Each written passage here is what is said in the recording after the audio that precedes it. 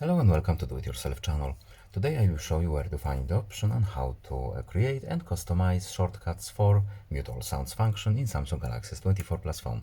So first where to look for it. So settings first, then accessibility, next hearing enhancements, and here we have mute all sounds with the switch on the right.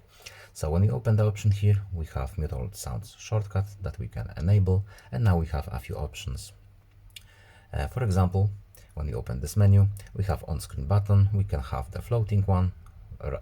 Right here we can have shortcut in the navigational bar, or we can have a shortcut as a combination of button presses. We can also customize floating shortcut further. We can change the size of the button, we can enable or disable transparency, and we can change the transparency level. And that's all. I hope this video was helpful to you. Please leave a like and subscribe, and see you in the next video.